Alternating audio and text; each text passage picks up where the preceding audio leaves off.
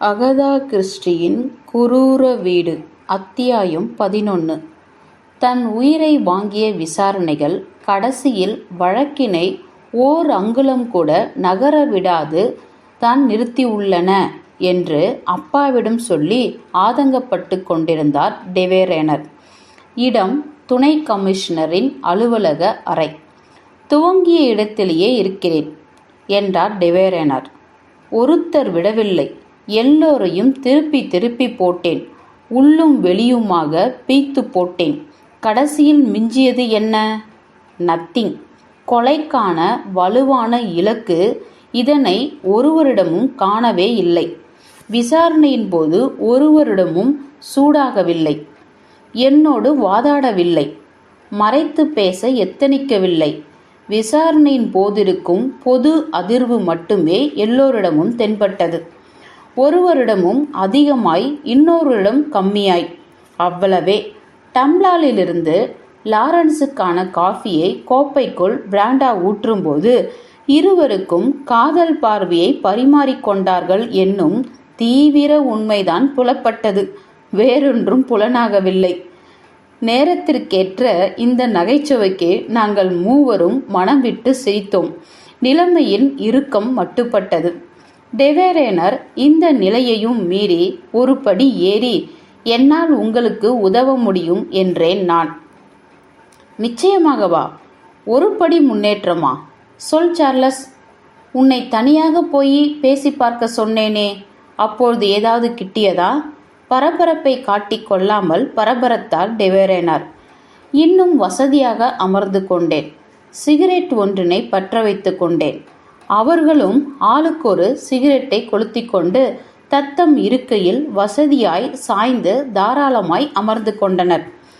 வரும் செவ்வாயன்று ரோஜர் குடும்பம் இவ்வூரை விட்டே போகின்றது என்று நான் சொன்ன கணத்தில் இருக்கைகளில் புதைந்து அமர்ந்திருந்த இருவரும் அதன் நுனிக்கே வந்து விழுவது போல, என்ன கொலை வழக்கு நடக்கும்போது நாட்டை விட்டே ஓடுவதா? என்ன நடக்கிறது? நீ என்ன சொல்கிறாய் என உண்மையாகவே பரபரத்தனர். ஆமாம், லியோனைட் இறந்த அன்று அவருக்கும் ரோஜருக்கும் சூடான வாக்குவாதங்கள் நடந்திருக்கின்றன.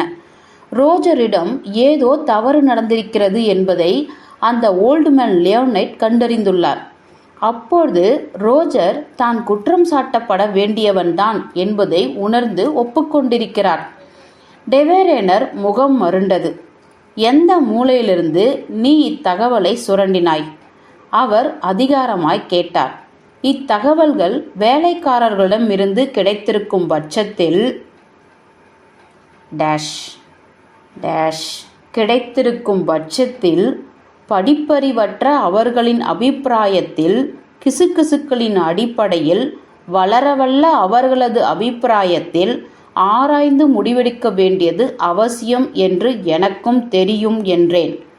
டெவேரேனர் அமுங்கினார். பின் எங்கிருந்து? நீ மேலும் தகவல்கள் தருவதற்கு முன் இது எனக்கு தெரிய வேண்டும் என்று ஓர் அத்தியாவசிய ஆணையாய் சொன்னார் டெவேரேனர். அப்பாவும் டெவேரேனரின் இத்தேவையை ஏற்றுக்கொண்டது போல் அமைதி காத்தார்.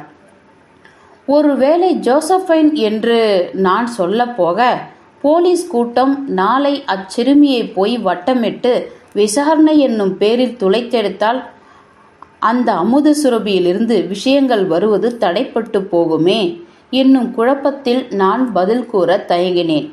அவள் வேறு போலீசிடமோ போலீஸ் சம்பந்தப்பட்டவரிடமோ தான் எந்த தகவலையும் தரப்போவதே இல்லை என்று வேறு ஸ்திரமாய் சொல்லாள்.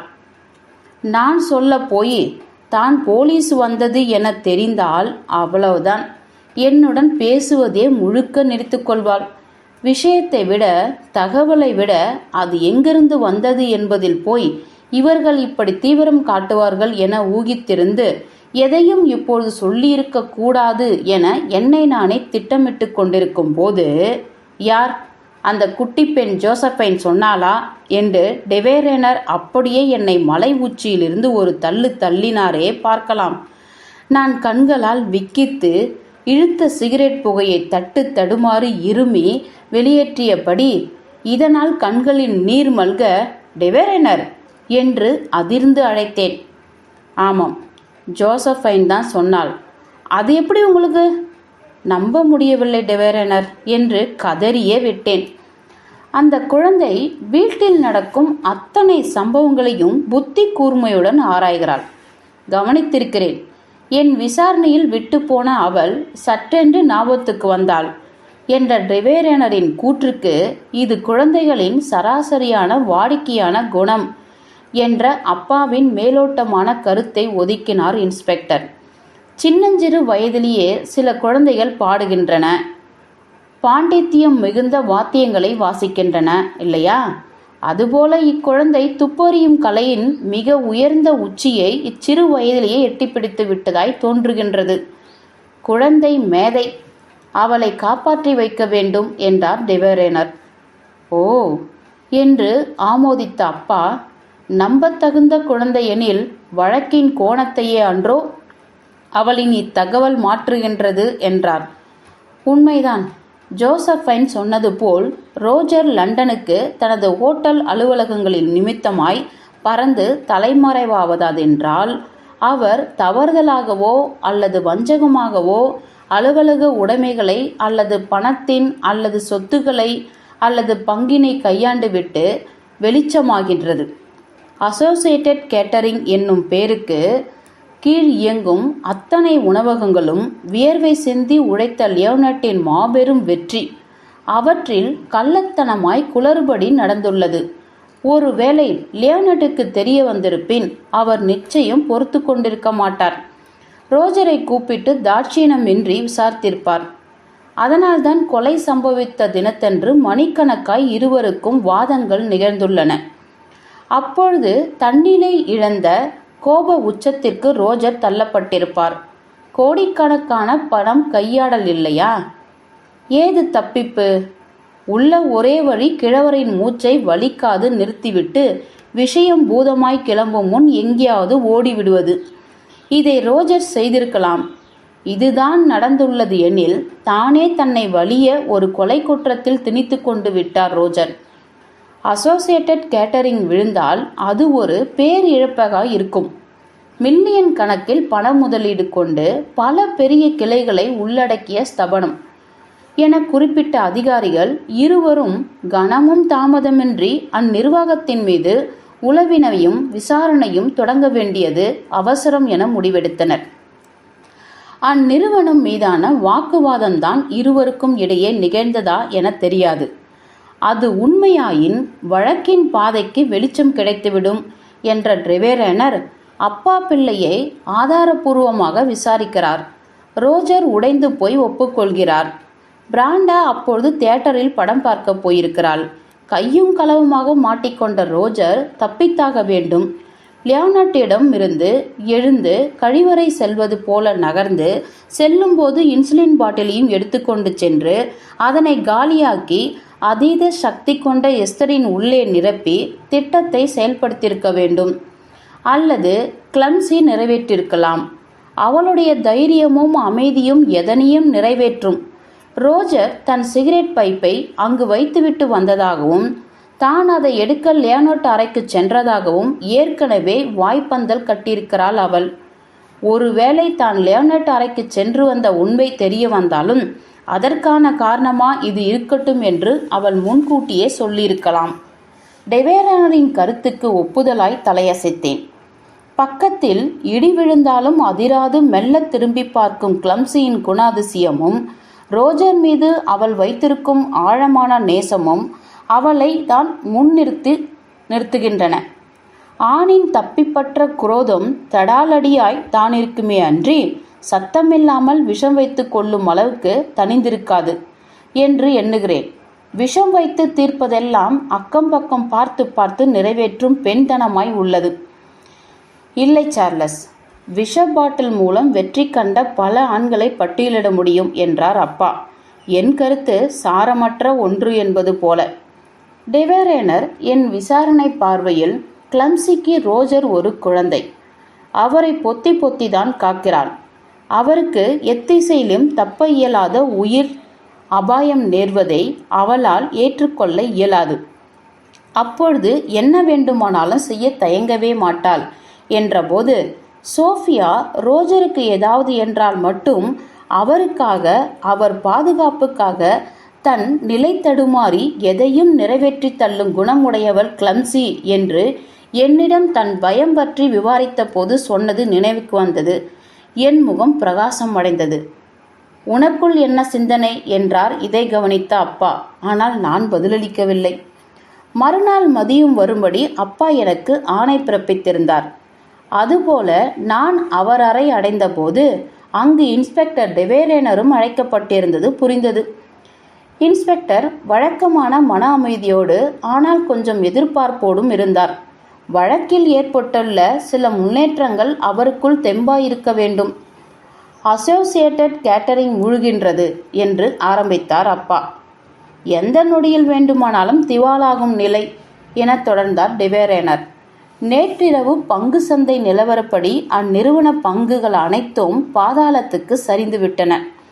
இன்று காலையில் சில பங்குகள் உயிர்ப்பித்துள்ளது போல தெரிகின்றது என்று நான் இவ்வழக்கின் முன்னேற்றங்களோடு பயணிப்பதை உணர்த்தினேன். நம் மதிப்பிற்குரிய பெரிய மனிதரை மிக ஜாக்கிரதையாக கையாள வேண்டும் என்ற டெவேரேனர் எங்களின் முழு கவனமும் அவர் சொல்லப்போவதில் இருக்க வேண்டும் என்பதை உணர்த்தும் வகையில் சற்று ரகசியமாக தொடர்ந்தார். நேரடி விசாரணைகள் தற்சமயம் ஒத்திவைப்போம். நம் கேள்விகள் புயல் போல் விழுந்து எவ்வித திடுக்கிடலையும் அவருக்குள் தோற்றுவிக்க கூடாது. இது அவசியம். இந்த 24 மணி நேரத்துக்குள் சில நம்பகமான தனியார் உளவுத்துறை மூலம் எனக்கு செய்திகள் கிடைத்துள்ளன. அசோசியேட்டட் கேட்டரிங் முழுகப் போவதை யாராலும் தடுக்க முடியாது. அதன் பணம் சம்பந்தமான வாக்குறுதிகளை நிறைவேற்ற முடியாமல் மீள இயலாத நஷ்டத்தில் விழுந்து தத்தளிக்கின்றது. பல வருடங்களாக மெல்ல மெல்ல வளர்ந்த தவறான கம்பெனி நிர்வாகமே இந்த எரிமலை வெடிப்புக்கு காரணம் என்பது முடிவு. ரோஜரின் தவறான நிர்வாகத்தாலா அப்பா? நிச்சயமாக நிறுவனத்தின் அத்தனை நிர்வாகமும் அவரிடம் தான் இருந்தது. ஆக கொஞ்சம் கொஞ்சமாக பண சுருட்டல் என்று அப்பா ரோஜர் தன் வாழ்க்கைக்காக வேண்டிய நிர்வாக பணத்தினை சுருட்டியிருக்கலாம் என்னும் கோணத்தில் கருத்து தெரிவிக்க முயலும்போது இல்லை இல்லை என்று அப்படிப்பட்ட கருத்து வேண்டாம் என்பது போல் அவசரமாய் மறுத்தார் டெவேரேனர். நான் அப்படி எடை போடவில்லை. ஏனென்றால் அவர் அப்படிப்பட்டவர் அல்ல. நிலைமையின் தீவிரம் கருதி அவரை கொலையாளி என்று வேண்டுமானால் சுட்டிக்காட்டலாமே தவிர திருடன் என்று சொல்லக்கூடாது. ஒரு வார்த்தையில் விளக்க வேண்டுமாயின் ரோஜர் ஒரு முட்டாள். எங்கு உணவக கிளை துவங்கினால் ஊற்றிக்கொள்ளுமோ அங்கு கிளை துவங்கியிருக்கிறார். விளைவு நஷ்டம். எங்கு துவங்கினால் கொள்ளை லாபம் ஈட்டிருக்கலாமோ அங்கு யோசித்திருக்கிறார். இதன் விளைவும் நஷ்டமே. ஒரு முக்கியமான பணியை யாருக்கு ஒதுக்கியிருக்க கூடாதோ அவருக்கு பணித்திருக்கிறார். பாவம், எடுப்பார் கைப்பிள்ளை. எல்லோரையும் நம்பிவிடும் சுபாவம். தவறான நபர்களையே நம்பும்படி ஆகியிருப்பது துரதிர்ஷ்டம். ஒவ்வொரு தடவையும் ஒவ்வொரு தருணத்திலும் தப்பு தப்பாய்தான் முனைந்திருக்கிறார். நிர்வாக தோல்விக்கு இவைதான் காரணம். இது போன்ற பிரகஸ்பதிகள் இருக்கத்தான் செய்கிறார்கள் என்றார் அப்பா. முட்டாள் என்றும் முத்திரை குத்திவிட இயலாது. தொழிலாளர் திறமையை தவறாக கணித்து வேலையை ஒதுக்குபவர்கள் அவ்வளவுதான். கெட்ட நேரங்களில் மட்டும் விழித்து கொள்ளும் சாபம். அப்படிப்பட்ட மனிதர்கள் இவ்வளவு நேரம் சங்கிலி தொடர் போல பல உணவகங்கள் கொண்ட நிறுவனத்திலிருந்து ஒதுங்கியிருக்க வேண்டும் என்றார் டெவேரேனர் கண்டிப்பாய். தன்னை பற்றி தான் அறியாதவன் கதி இதுதான். சிறிய புன்வருவனுடைய ரோஜரா சொந்த நிர்வாகம் எல்லாம் ஆரம்பித்திருக்க போகிறார். லியோனட்டின் மகனானதால் ஏற்பட்ட விபத்து இது என்றார் அப்பா. லியோனைட் ரோஜரிடம் உணவக சங்கிலியான அசோசியேட்டட் கேட்டரிங்கை ஒப்படைத்த போது தங்க சுரங்கமாயிருந்தது அது.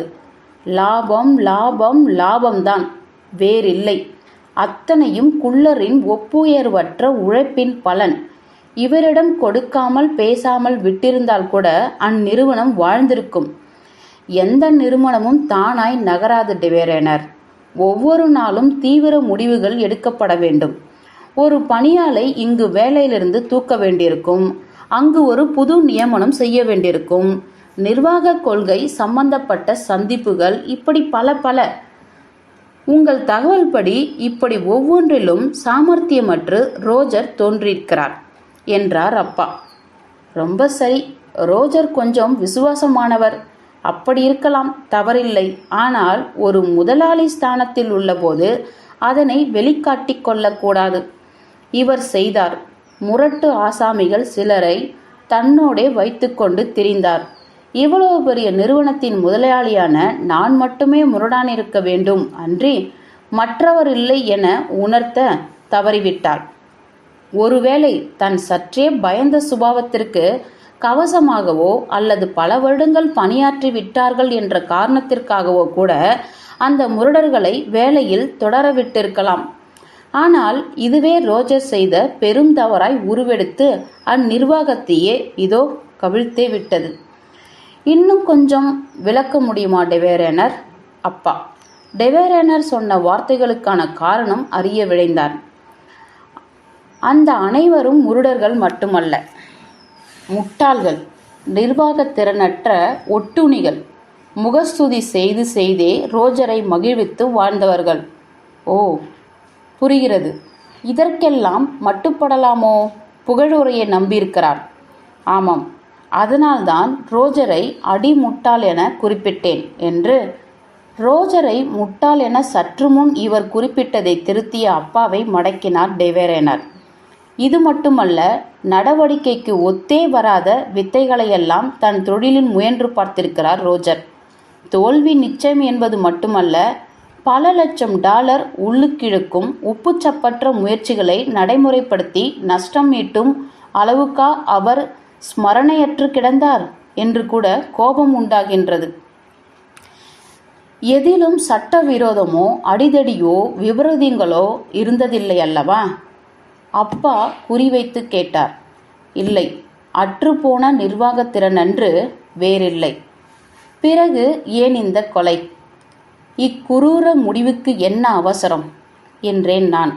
இவ்வளவு நேரம் நிகழ்ந்த வர்ணனையில் ரோஜர் மீது எனக்கு பரிதாபம் மிகுந்ததால் இப்படி கேட்டேன். ரோஜர் சாமர்த்தியம் இல்லாதவன்தான். அவன் குணாதிசயம் அது. ஆனால் வஞ்சகன் அல்ல, அயோக்கியன் அல்ல என்று என் பக்கம் முகம் திருப்பி பதிலளிக்க ஆரம்பித்த டெவேரேனர், எப்படி இருந்தாலும் முடிவு ஏறக்குறைய ஒன்றுதான். நிர்வாக இழப்பு மற்றும் முதலீட்டில் பெரும் நஷ்டம். அத்தனை உணவகங்களின் கதவுகளையும் நிரந்தரமாய் இழுத்து மூடுவதிலிருந்து மீட்க ஒரே ஒரு வழிதான் உள்ளது சார்லஸ். நஷ்டப்பட்ட அத்தனை பணத்தையும் யாராவது தந்து உதவுவது. அதுவும் இதோ இந்த புதனுக்குள் இது ஒன்றுதான் வழி என்று விளக்க, அந்த மாபெரும் தொகையை அடைவது, அதுவும் ஓரிரு தினங்களுக்குள் அடைவதென்பது தன் அப்பாவின் உயிலிலிருந்து பிரித்து வாங்கினால் மட்டுமே சாத்தியம் என ரோஜர் முடிவெடுத்திருக்கலாம் என்றேன் நான். என் முதுகை தட்டி தந்து ரொம்ப சரி என்றார் டெவேரேனர். ஆனால் உயிரில் உள்ள இவருக்கான பங்கு ஏற்பட்டிருக்கும் நஷ்டத்திற்கு ஈடாகுமா என்று சமயம் பார்த்து கேட்டார் அப்பா. இருக்காது, நஷ்டம் மிக அதிகம். இருந்தாலும் முங்காமல் எழுந்து விடலாமே. இன்னும் கொஞ்சம் தொகையை உறவினரிடமிருந்து கடனாக பெற்றுக்கொண்டால் போகிறது என்று எண்ணியிருக்கலாம். எல்லாம் ஒன்றுதான். கமிஷனர், அனைத்தும் லியோனார்டின் பணம்தானே. சரி, இப்படி பார்த்தால் என்ன? ஏன் ரோஜர் நேரடியாக லியோனார்டிடம் சென்று நிலைமையை விளக்கி உதவி கேட்டிருக்கக்கூடாது? இது அப்பா. இதனை அவர் செய்திருக்கக்கூடும். இந்த சம்பாஷணையை தான் அந்த குழந்தை கேட்டு சண்டை என சொல்லியிருக்க வேண்டும் என்றார் டெவேரேனர். எத்தனை முதிர்ச்சியான சிந்தனை! கிடைத்த தகவலில் உண்மை அறியும் அழகு. டெவேரேனரின் கையை பிடித்து குலுக்கியே விட்டேன். அவர் கையை விடுவித்து கொண்டு அதிகம் சட்டை செய்யாமல் தொடர்ந்தார். லியோனைட் தாத்தா சர்வ நிச்சயமாய் நிராகரித்திருப்பார். ரோஜரின் திறமையற்ற நிர்வாகம் புரிந்ததும் கடினப்பட்டு உழைத்த பணத்தை மறுபடியும் ரோஜர் தலையில் கட்ட அவர் முனைந்திருக்கவே மாட்டார். நிர்வாகத்தில் லியோனைட்டை அத்தனை கரார். டெவேரேனரின் இக்கருத்து எனக்கு மிக சரியாகப்பட்டது. மகதா எத்தனை கேட்டும் அவரின் ஒரு புது நாடகத்திற்கு படம் தர லியோனைட் சண்டித்தனம் செய்த செய்தி நினைவுக்கு வந்தது. நிச்சயம் நாடகம் தோல்வி அடையும் என்று சொல்லியும் கேளாமல் பணம் பெற்று அரங்கேற்றிய அந்த நாடகம் பெற்ற தோல்வி பிரசித்தம். குடும்பத்தில் அன்பான ஆளாக வளைய வந்திருந்தாலும் லியோனைட் நிர்வாகம் மற்றும் அலுவலகங்களில் லாபம் மட்டுமே குறியாய் கொண்டு கடுமையாக தான் இருந்திருக்கிறார். ஆகவே அசோசியேட்டட் கேட்டரிங் பல லட்சம் பவுண்ட் நஷ்டத்தை எட்டிய பிறகா அவர் உதவ முன்வந்திருப்பார்? சந்தேகமே. தன் தந்தை மண்டையை போடுவதை தவிர வேறு எதுவும் ரோஜரை பணமுடையிலிருந்து காக்க இயலாது. முதல் முறையாக லியோனைட் கொலைக்கான அழுத்தமான ஆதாரம் என்று குறிக்கோள் ஒன்று, இலக்கு ஒன்று எங்கள் மூவருக்கும் தென்பட்டது. முகங்கள் சற்றே மலர்ந்தன. அப்பொழுது அப்பா ஏதோ நினைவு வந்தவராய் சட்டென்று தன் கை கடிகாரத்தை பார்த்து, ஓ, நேரம் நெருங்கிவிட்டது என்றபடி எங்களை பார்த்தாள். நான் அவரை இப்பொழுது இங்கு வர சொல்லியிருக்கிறேன் என்றார். யாரை என்று நானும் இன்ஸ்பெக்டரும் எதிர்பார்ப்பின்றி கேட்ட கேள்விக்கு ரோஜரை என்று அப்பாவிடமிருந்து வந்த பதில் அம்பு போல் பாய்ந்தது. என்னப்பா இது? என் மேடையில் நடனமாட வருகிறாயா என கொசுவை கேட்டதாம் சிலந்தி என்று முணுமுணுத்தேன் நான். டெவேரேனர் அதிர்ந்து போயிருந்தார். எங்களின் அதிர்ச்சியினை ஒரு தூசு போல தள்ளிவிட்டு அவர் மீதான நம் ஐயங்கள் ஆரம்பத்திலேயே விளம்பரப்படாமல் ஆரம்பிக்க வேண்டும். ரோஜரை மெதுமெதுவாக விசாரணையில் மடக்க வேண்டும். ஓகே டெவேரனர், ஜாக்கிரதை என்றார் அப்பா. தன் அதிர்ச்சியை உடனடியாய் விளக்கி துணை கமிஷனரின் ஆணையை மறுக்காமல் ஏற்றார் இன்ஸ்பெக்டர். நானும். மேடை தயாராய் இருந்தது, நாயகனை எதிர்பார்த்து. ரோஜரின் வருகைக்காக நாங்கள் காத்திருக்க விசாரணையின் உரையாடல்களை இழுத்து சுருக்கெழுத்தாளர் வரவழைக்கப்பட்டார். அழைப்பு மணி இப்பொழுது ஒலித்தது. ரோஜர்தான். வழக்கம் போல அருவருப்பூட்டும் ஒருவித பரபரப்போடும் எதிர்பார்ப்போடும் நுழைந்தார் ரோஜர். இவற்றால் நாற்காலியில் உட்காருவதில் கூட தடுமாறினார். நுனியில்தான் அமர்ந்தார். உள்ளங்கைகளை ஒன்றுக்கு ஒன்றை மாற்றி மாற்றி புகுத்தி பிசைந்து கொண்டிருந்தார். எனக்கு உணவு கண்ட நாய் காட்டும் பரபரப்புதான் ஒப்பீடாய் தோன்றிற்று. எஸ்தரின் இன்சுலின் பாட்டிலுக்குள் மாற்றும் பணியை இப்படி பரவலாடும் ரோஜர் செய்திருக்கவே இயலாது என நிச்சயமாய் முடிவெடுத்தேன். இவர் உடலின் செல்களெல்லாம் பரபரப்பாலும் அவசரத்தாலும் மட்டுமே ஆக்கப்பட்டுள்ளன. அவற்றில் நிதானம் கிஞ்சித்தும் கிடையாது. எனவே மருந்தினை மாற்றும்போது ஒன்று பாட்டிலை போட்டு உடைத்திருப்பார், இல்லை தரையெங்கும் சிந்தி மாற்றியதற்கான அடையாளம் ஏற்படுத்தியிருப்பார். இவ்விரண்டும் இல்லை என்றால் ஏதோ ஒரு வகையில் முட்டாள்தனமாய் காரியத்தை சொதப்பி இருப்பார். ஆக கொலையை நிகழ்த்தியிருப்பது எதற்கும் அதிராத கிளம்சியாதான் இருக்க வேண்டும். ரோஜர் களம் அமைத்து தந்த கர்த்தா. வார்த்தைகள் நிதானமாயிற்று. அவரிடமிருந்து வந்து விழுந்தன. என்னை ஏன் பார்க்க வேண்டும் என அவசரமாக அழைத்தீர்கள்? ஏதேனும் மிஸ்திரமான துப்பு கிடைத்துள்ளதா? ஓ சார்லஸ், உங்களை கவனிக்கவில்லை. நீங்களும் உடனிருப்பதில் சந்தோஷம். என் அப்பாவின் மரணத்துக்கான காரணக்கர்த்தா கிடைத்து விட்டனவா? எத்தனை எத்தனை வெகுளித்தனம் இது என தோன்றினாலும் எல்லா கொலைக்காரர்களும் மிக நல்லவர்களாகத்தான் தங்களை காட்டி வைத்திருக்கிறார்கள் என்னும்போது உண்மையும் உரைத்தது. ரோஜரை மிட்டாய் கேட்டு அல்லாடும் குழந்தையாய் பாவித்து பார்த்தேன்.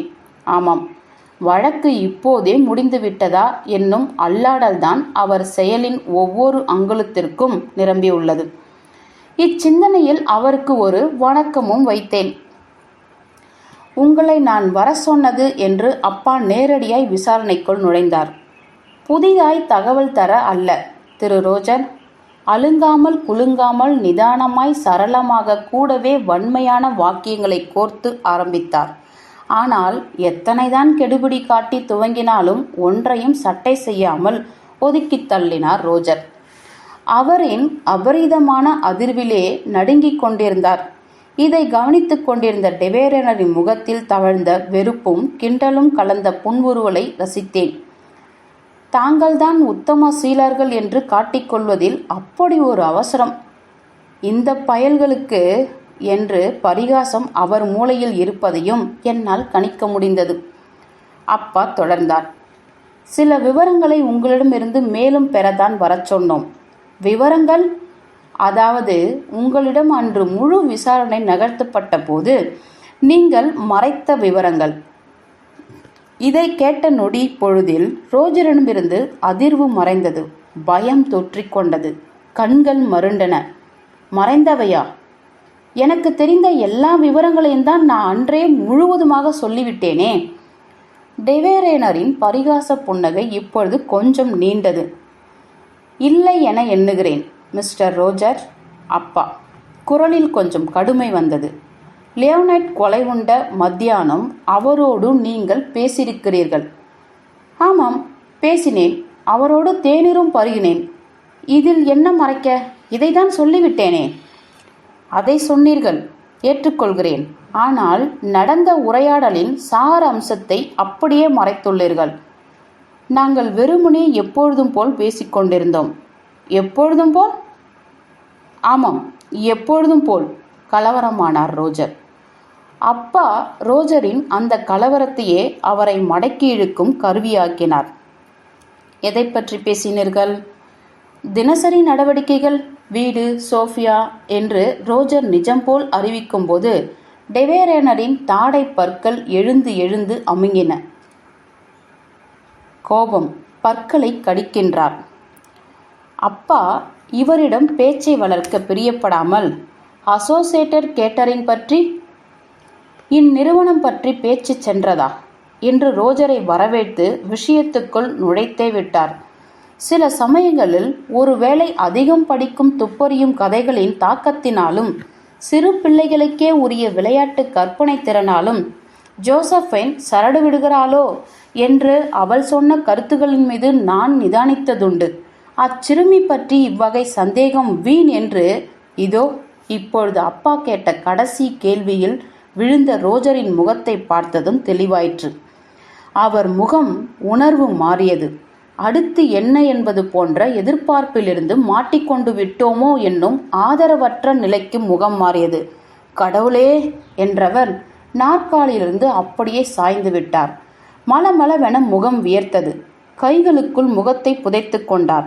விசாரணையின் போது எங்களிடம் நீங்கள் உண்மையை நடக்கவில்லை என ஒப்புக்கொள்கிறீர்களா இல்லையா? உங்களுக்கு எப்படி தெரிய வந்தது? யாருக்கும் தெரிந்திருக்காது என்றல்லவா இருந்தேன். பூட்டிய அறை அது. யார் அறிந்திருக்க முடியும்? இது போன்ற ரகசிய உரையாடல்களை அறியும் பல வழிகள் அறிந்தவர்கள் நாங்கள் மிஸ்டர் ரோஜர். ஒரு அதிகார இடைவேளை தந்து இனியாவது எந்த உண்மையும் மறைக்காமல் தந்துவிட வேண்டும் என்பது உங்களுக்கு புரிந்திருக்கும் என்றார். நிச்சயமா மறைக்க மாட்டேன். கேளுங்கள், என்ன தகவல்கள் வேண்டும்? அசோசியேட்டட் கேட்டரிங் நிறுவனம் திவாலாகும் நிலையில் உள்ளது என்பது உண்மையா? ஆமாம், இதை தவிர்க்க இயலாது. நிறுவனம் இன்றோ நாளையோ மூழ்கப் போகின்றது. இந்த செய்தி அறியாமலேயே அப்பா இருந்திருக்க கூடாதா? வெட்கப்படுகிறேன், வேதனைப்படுகிறேன். அப்பா, கைது வரை போகும் வாய்ப்புள்ளதா? இல்லை, கௌரவமாக நிறுவன சொத்துக்கள் முடுக்கப்படும். என் சொத்துக்கள் அத்தனையும் விற்கும் பட்சத்தில் இதை உடனடியாக செய்யத்தான் போகிறேன். கடன் தந்தவர்களுக்கு 1 பவுண்டுக்கு 20 ஷில்லிங் என்னும் அளவில் தந்துவிட முடியும். பணத்தை பற்றி நான் கவலைப்படவில்லை. அப்பா, அவரை பற்றிதான். நிறுவனத்தை முடக்கி போட்டு இதோ நான் அவருக்கு இழைத்திருக்கும் அவமதிப்பை எண்ணி எண்ணிதான் துடிக்கிறேன். என்னை நம்பினார், அப்படி நம்பினார். அவர் உழைப்பின் மாபெரும் வெற்றியான இந்நிறுவனத்தை அவரின் மற்ற எந்த நிறுவனங்களையும் விட அப்பா நெஞ்சார நேசித்த செல்ல குழந்தையான இந்த சங்கிலி உணவகங்களை எனக்கே என்று ஆக்கினார். சாசனம் எழுதி தந்தார். எக்காலத்திலும் நிறுவன நடவடிக்கைகளில் மூக்கை நுழைத்ததில்லை. அத்தனை நம்பிக்கை. பாழாய்ப்போன என்மேல் என்ன செய்கிறேன், நிறுவனத்தை எப்படி கொண்டு செல்கிறேன் என ஒரே ஒரு முறை கூட கேட்டதில்லை. நம்பினார். நான் நம்பிக்கை துரோகம் செய்துவிட்டேன். குலுங்கி அழுதார். அப்பா ரோஜரின் உணர்ச்சியை பொருட்படுத்தாது, சட்ட ரீதியாய் கைது போன்ற நடவடிக்கைகளை எதிர்கொள்ளும் வாய்ப்பு இல்லை என்கிறீர்கள். பிறகு ஏன் உங்கள் குடும்பம் மட்டும் அவசரமா ஊரை விட்டு ஓட வேண்டும்? அதுவும் உங்கள் வீட்டில் உள்ளோரிடம் கூட சொல்லிக் கொள்ளாமல். சிந்திக்க கூட அவகாசம் தராமல் வந்து விழுந்த புயல் போன்ற அடுத்த இக்கேள்வி ரோஜரிடம் அழுகையை நிறுத்தியது, அதிர்ச்சியை கொடுத்தது. இதுவுமா தெரியும்?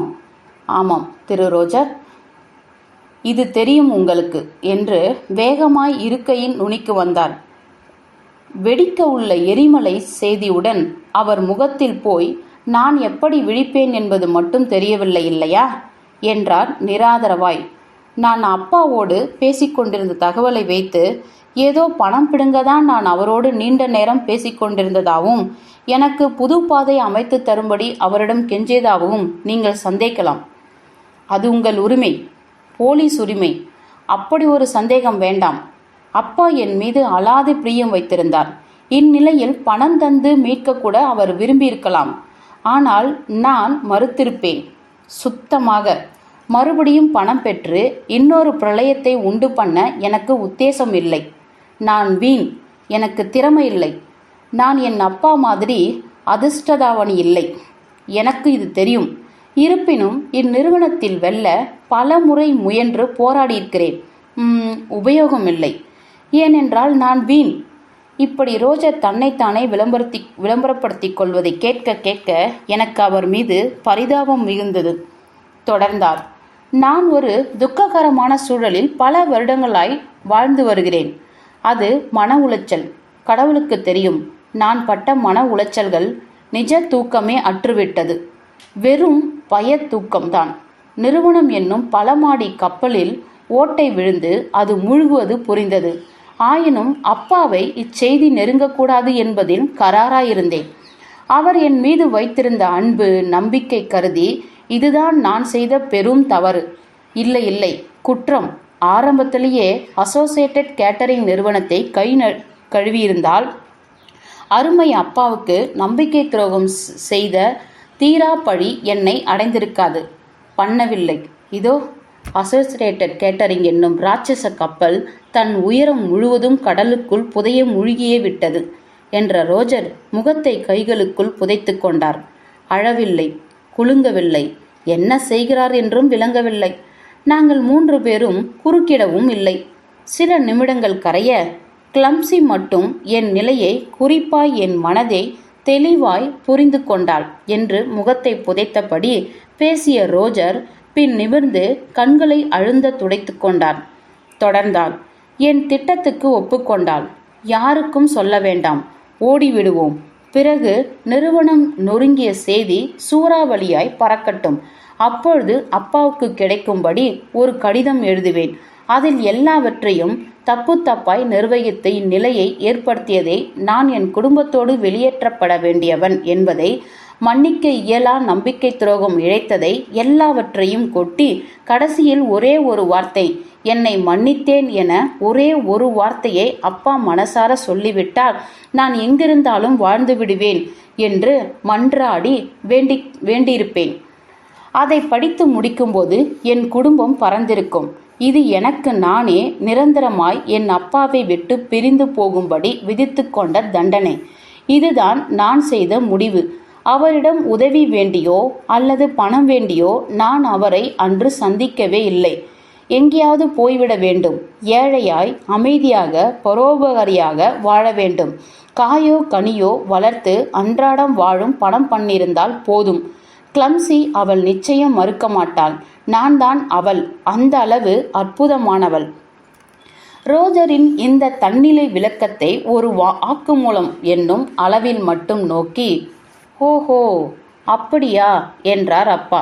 பிறகு, சரி, இந்த மாதிரி தான் பேச வேண்டும் என உங்களுக்குள் இருந்த திட்டத்தை திடீரென மாட்டிக்கொள்ளும்படி எது தூண்டியது என்றார். திட்டமா, மாற்றமா? நான் அப்பாவிடம் பேசியதாய் சொன்னது உண்மை கமிஷனர் சார். பொய்யில்லை, திட்டமில்லை. என் மனசாட்சி அது. இதில் போய் என்ன மாற்றம் செய்தேன் என்கிறீர்கள்? உங்கள் அப்பாவிடம் போய் பண உதவி, அதுவும் வீழ்ந்து போய்விட்ட பல லட்சம் பவுண்ட் நிறுவனத்தை மீட்க என பெருந்தொகையை கேட்க எது தூண்டியது? ரோஜர் விழித்தார்.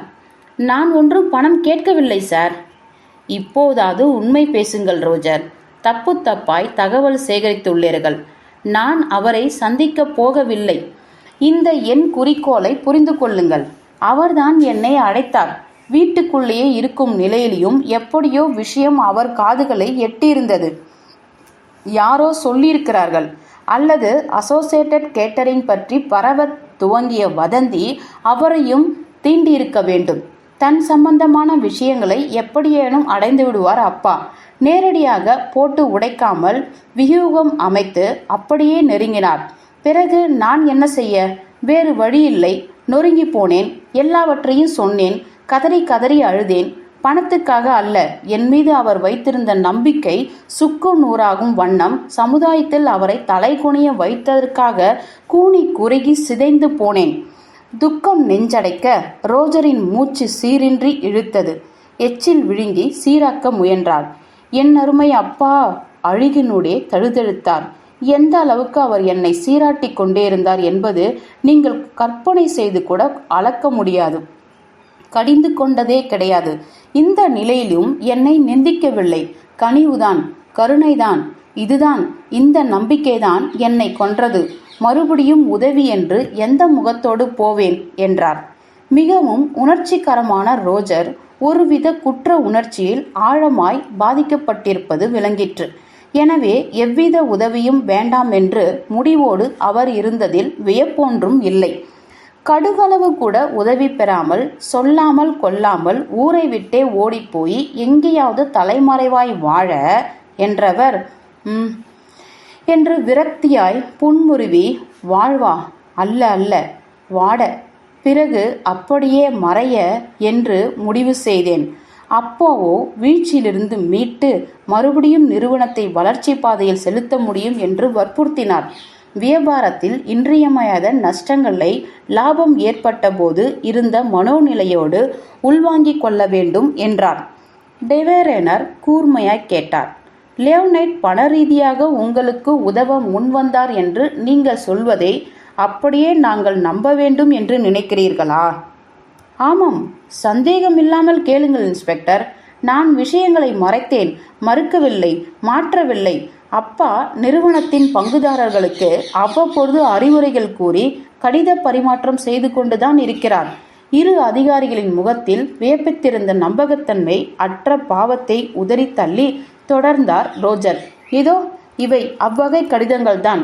சமீபத்தில் எழுதப்பட்டவை. தபாலில் அனுப்பியிருக்க வேண்டும். இருந்த குழப்பத்திலும் அதிர்ச்சியிலும் விட்டுவிட்டேன். தன்னிடம் இருந்த ஃபைல் வேக வேகமாக தேடினார். பின் மடித்து கசங்கியிருந்த ஒரு உரையை எடுத்தார்.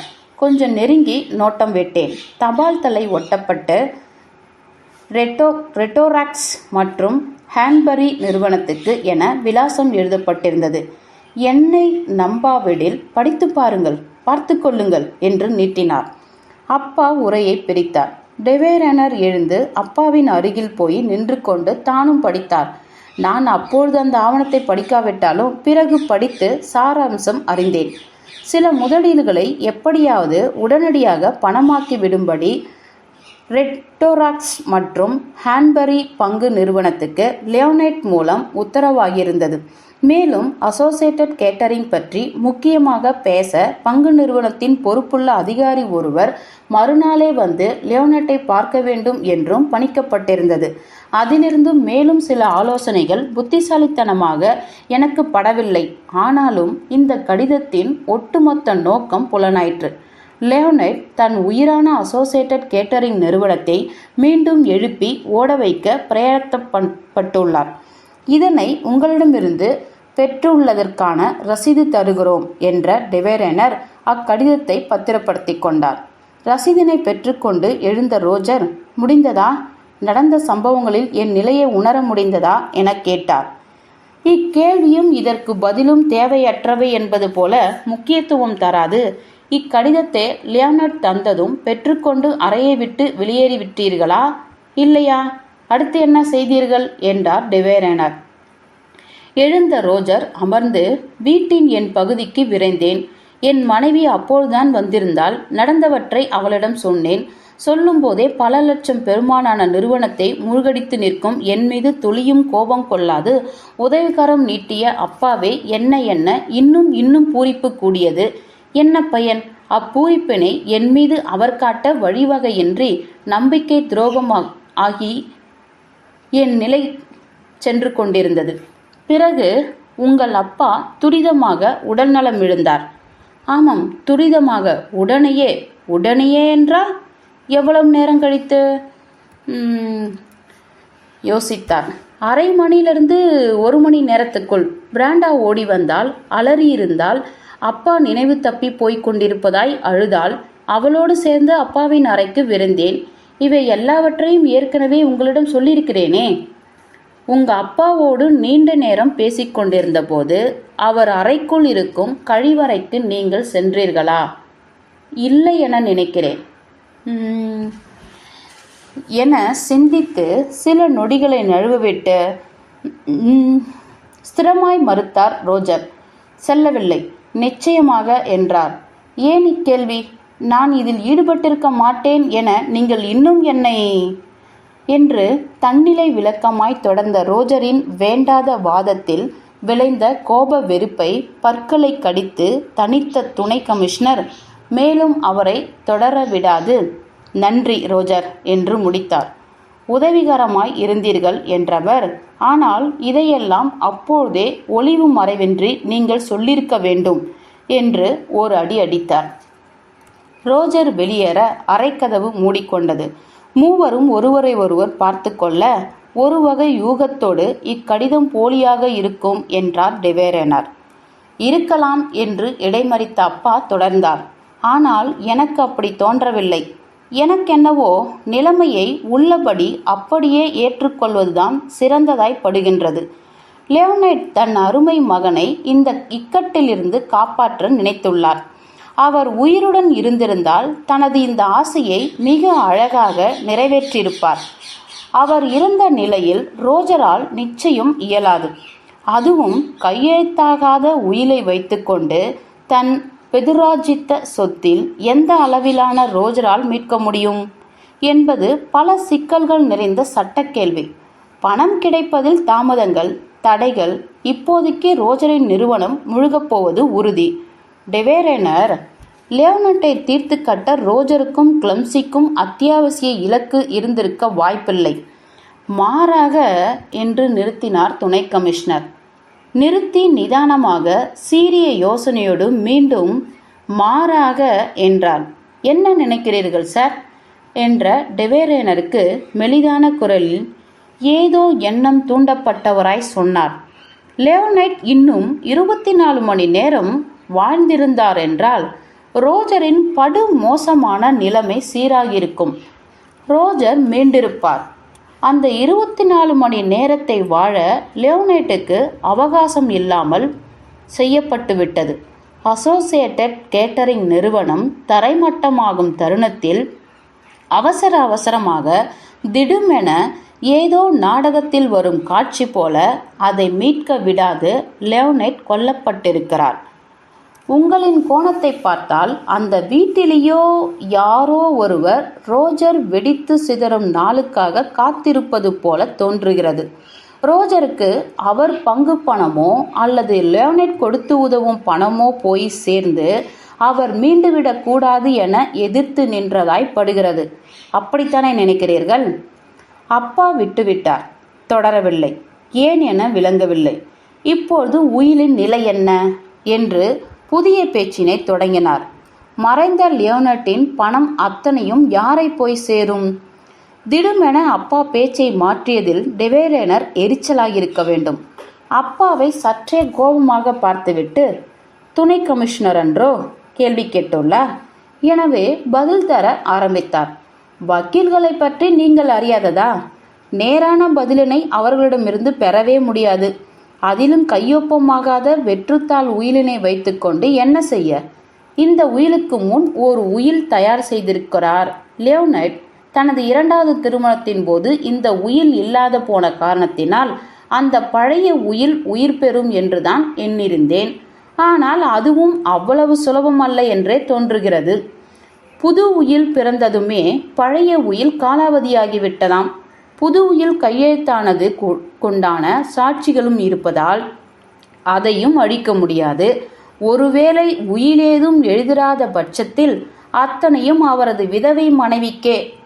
ஓ, உயிர் மறையும் பட்சத்தில் அதிகபட்ச லாபம் அடைந்து திளைப்பது பிராண்டாதான். ஆமாம், ஏதோ தில்லுமுள்ளு நடந்து தற்சமயம் கையெழுத்தாகாத உயில் மட்டுமே இருந்தாலும் இப்போதுள்ள நிலையில் அத்தனையும் பிராண்டாவுக்குத்தான். ஆனால் எத்தனை புத்திசாலித்தனமாக உயிலை கையெழுத்தாகாமல் மீட்டு உள்ளனர். இதை நினைக்கும் போதுதான் பற்றி கொண்டு வருகிறது என்ற வரிகளுடன் விடைபெற்று சென்றார் இன்ஸ்பெக்டர் டிவேரனர். எனக்கு ஏதும் தில்லுமுள்ளு எல்லாம் நடந்திருக்கும் என்று தோன்றவே இல்லை. டிவேரனர் தவறாக பார்க்கிறார். அத்தனை பேரின் முன்னிலையில் சாட்சிகள் கையொப்பமிட நிகழ்ந்துள்ள சடங்கின் கதாநாயகனான உயில் லியோனட்டால் கையொப்பமாகி உள்ளது என்பதேதான் என் நம்பிக்கை. கையொப்பமாகவில்லை என்னும் முட்டாள்தனமான கோணத்திலேயே பயணித்தால் தவறான திசையில் தவறான இடத்திற்கேற்ப போய் இந்த வழக்கினை கை நழுவ விட்டுவிடுவோம் என்று பட்டது எனக்கு. Agatha Christie.